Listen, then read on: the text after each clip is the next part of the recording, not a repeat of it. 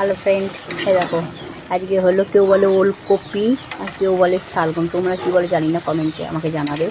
ঠিক আছে, আর এটা হলো বড়ি দিয়ে, চিংড়ি মাছ দিয়ে তরকারি হবে। এর মধ্যে দেবো আদা জিরে, এই যে আদা জিরে আর লঙ্কা বাটা দিয়ে এটা করবো।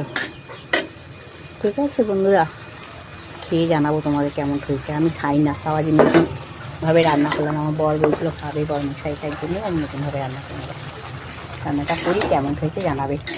ঠিক আছে, রান্না হচ্ছে, নুন দিয়েছি, হলুদ টলুদ সব কিছু দিয়েছি। এরকম ভালো করে কষিয়ে একটুখানি গরম মশলা দেবো, দিয়ে রান্না করবো। নিরামিষ এটা, জিরে আদা, নিরামিষ বলছি কেন, চিংড়ি মাছ দিয়ে, মানে নিজে পেঁয়াজ শুনতে দিই, জিরে আদা লঙ্কা বাটা দিয়ে।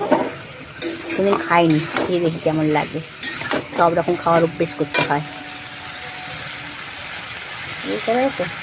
আর এটা হবে এই যে বাটা মাছ, এটা বাটা মাছ হবে বড়ি দিয়ে আলু দিয়ে, আর দেখাচ্ছি তোমাদের কপি দিয়ে ঝোল হবে বাটা মাছে। আজকে এই হলো।